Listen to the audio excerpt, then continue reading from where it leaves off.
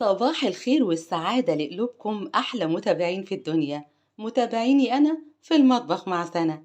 كل سنة وحضراتكم طيبين. النهاردة عيد الحب المصري، علشان كده قررت أعمل لكم النهاردة طاجن السعادة. يلا بينا نسمي الله ونبدأ مع بعض.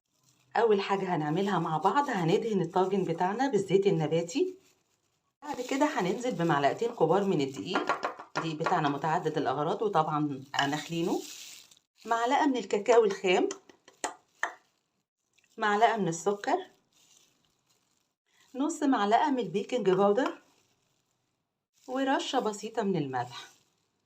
وهنقلب كل المكونات بتاعتنا زي ما انتوا شايفين معايا كده بالظبط. بعد كده هنزل بمعلقتين كبار من الزيت النباتي و5 معالق كبار من الحليب، وهنقلب كل المكونات بتاعتنا لحد ما نوصل للقوام اللي انتوا شايفينه معايا ده، وهو ده القوام المناسب اللي احنا محتاجينه. ممكن كمان في المرحلة دي ننزل بقطعة من الشوكولاتة. طبعا الخطوة دي اختيارية. الفرن بتاعنا شغال على درجة حرارة 180، بتاخد معانا حوالي 15 ل 20 دقيقة عشان تبقى جاهزة معانا. وده الطاجن القمر بتاعنا بعد ما طلع من الفرن. دلوقتي بقى هنسقيه بنفس التشريبة بتاعتنا. ودلوقتي هنزل بالتشريبة بتاعتي اللي هي عبارة عن حليب حليته بالسكر عادي خالص. عايزة اقول لكم تقدروا تضيفوا اي اضافات تكونوا بتفضلوها، مفيش فيها اي مشكلة خالص.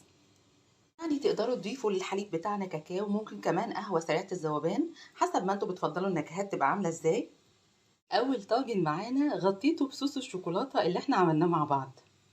وده اول طاجن معانا، وبما انه طاجن السعادة فما فيش للسعادة معانا حدود. بجد والله يا جماعة الطاجن بتاعنا زي ما بيقولوا يتاكل اكل كده من غير اي تزيين ولا اي جرنشة. وده الطاجن التاني، ضربت كيس من الكريم شانتيه ومعاه نص كوباية من الحليب المثلج، معلقة صغيرة من الكاكاو الخام، وضربتهم بالمضرب الكهربائي. وده الطاجن التاني بتاعنا. وده كان فيديو النهاردة اللي بتمنى من قلبي انه يعجبكم. يا ريت اذا الفيديو عجبكم ما تبخلوش عليا بلايكات كتير، شير للفيديو، اشتراككم في قناتنا في المطبخ مع سنة. كل سنة وحضراتكم طيبين. احلى واغلى متابعين على قلبي متابعين قناتي في المطبخ مع سنة.